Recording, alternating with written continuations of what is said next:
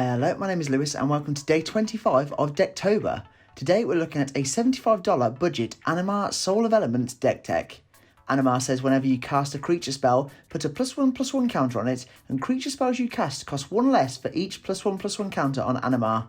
This deck is all about playing plenty of creature spells to get those counters on Animar, playing cards to get us even more counters, and then playing those big horrible beasts to power over your opponents and get the victory. Now, let's get right into the budget deck tech. As always with the budget brews, we're starting off hot with the ramp. First up, we've got Alloy Mirror to tap for a mana of any colour, and Farhaven Elf, the ETBs, and you search your library for a basic land, putting it onto the field tapped. There's Elvish Mystic to tap for a forest, and Elysian Carotid to tap for a mana of any colour, tapping for 2 if you control a creature with power 4 or greater. We have classic Mana Dork Llanowar Elves to tap for a forest, and Beast Caller Savant to add a mana of any colour to spend only on creature spells. Having tons of mana-based creatures in Animar is essential, as not only are you ramping, but you're triggering Animar whenever a creature ETBs, then making those future creature spells cost even less to cast. We've got Gaia Sage to tap for mana for each +1/+1 counter on it, with that evolved mechanic to put a +1/+1 counter on Gaia Sage whenever a stronger creature hits your side of the field, and Incubation Druid to add for any team or colour, adding 3 if it has a +1/+1 counter on it. We have Domri, Anarch of Bolas to boost your creatures and get some Gruul ramp options, also making creature spells uncounterable, and Rattleclaw Mystic to also give you that range of team or colours, adding all 3 if you morph it. We have Sad Rock Solemn Simulacrum to ETB and fetch us a basic land tapped, with it drawing us a card when it dies too, and Arcane Signet to add any colour in Animar's colour identity. Finally, we have Sol Ring, because Sol Ring. Before we go counter crazy, make sure to smash that like button and subscribe to the channel for all things MTG. It's completely free to do, and it helps our channel grow and grow as we head towards 2,000 subscribers. For this next part in our budget Animar brew, we're looking at all of those ways to gain counters. First up is Invigorating Surge to put a +1/+1 counter on target creature, then doubling the number of counters on that creature. And Solidarity of Heroes to double the number of counters on each target creature that you choose to pay for. We have Forgotten Ancient, which gets a +1/+1 counter whenever a player casts a spell, and on your upkeep you can remove any number of counters from Forgotten Ancient onto your other creatures. And Stump Squall Hydra, that when ETBs you distribute X11 counters among it and any other number of commanders. The more +1/+1 counter options that we have going, the bigger Animar will be, and the cheaper those huge creatures will cost to cast that we'll be getting onto shortly. We've got key cards in the Ozolith, so if any of your creatures or commander dies with those counters on, those counters are being stored in the Ozolith, with you distributing them back at the beginning of your combat. And Increasing Savagery to put 5/1/1 counters on target creature, or 10 if you're casting from your graveyard. There's Biogenic Upgrade to put 3 +1/+1 counters on up to 3 target creatures, then doubling the number of +1/+1 counters on those creatures, and Bioshift to move any number of +1/+1 counters from target creature onto another target creature. That is huge for a 1-drop instant. We've got Bloom Hulk that when ETBs you proliferate, and Merfolk Skydiver that you can also pay to proliferate, and when it ETBs you put a +1/+1 counter on target creature you control. There's Rolesque Apex Hybrid to ETB and put 2 +1/+1 counters on target creature you control, and when it dies, you proliferate twice. And Varel of the Hullclade, the popular Simic commander that you can tap to put another counter on each artifact, creature or land that already has counters on it. We've got Contentious Plan to proliferate, also drawing us a card, and Tezzeret's Gambit to draw 2 cards and proliferate. As well as beefing up Animar to cheapen other creatures, we want it massive anyway, as it is pro-white and pro-black, there's a good chance it could smash right through our opposition. We've added Fuel for the Cause to counter target spell and proliferate, and Trap Essence to counter target spell and put 2 +1/+1 counters on 1 target creature. There's Domri's Ambush to put a +1/+1 counter on creature you control, then having it deal damage equal to its power to target creature or planeswalker you don't control. And Shaman of the Great Hunt, a hasty orc that says whenever a creature you control deals combat damage to a player, put a +1/+1 counter on it, with that Ferocious mechanic to draw some more cards. We've added Forced Adaptation to enchant creature, putting a +1/+1 counter on it at the beginning of your upkeep, and Primal Empathy to put a +1/+1 counter on one of your creatures if you don't have the creature with the greatest power on the board. If you do though, you get some tasty card draw. Finally, there's Scale the Heights for some life gain, card draw, additional land play, and good old +1/+1 counter. the things that card does for only 3 CMC is dirty.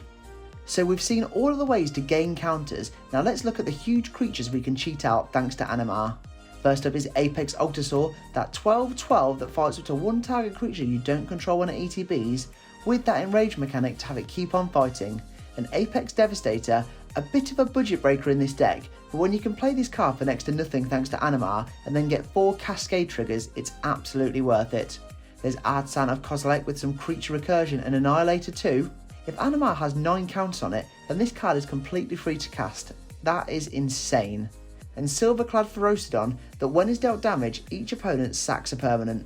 We've got Green Classic Soul of the Harvest to draw you a card whenever another non-token creature ETBs under your control, and Surak Dragonclaw, an uncounterable warrior to give your other creatures trample and make all of your creature spells uncounterable. All of these creatures are so powerful and so game-changing on their own, it's crazy to think it's possible to play multiple of these a turn if that Animar engine is fully popping off. We've got Ulamog's Crusher that attacks each turn if able and with that dreaded Annihilator too, and Vesuvian's Shapeshifter that can morph into a copy of another creature on the board. Now this deck is one that I do own in paper form, except instead of Vesuvian Shapeshifter there is the dreaded Ulamog, but he doesn't quite fall under the definition of budget, so we've popped a nice little Shapeshifter in there instead. Before we finish up with the lands, we're looking at the best of the rest in this budget brew. First up is Beast Whisperer and Primordial Sage to both draw us a card whenever we play a creature spell. There's Colossal Majesty for some upkeep card draw if we control a creature with power 4 or greater, and Elemental Bond to draw a card whenever a creature with power 3 or greater comes into play under our control. There's Shamanic Revelation to draw a card for each creature you control, and Zagana Utopian Speaker to draw you a card on ETB if you control a creature with a +1/+1 counter on it, also giving trample to your counter-loving creatures.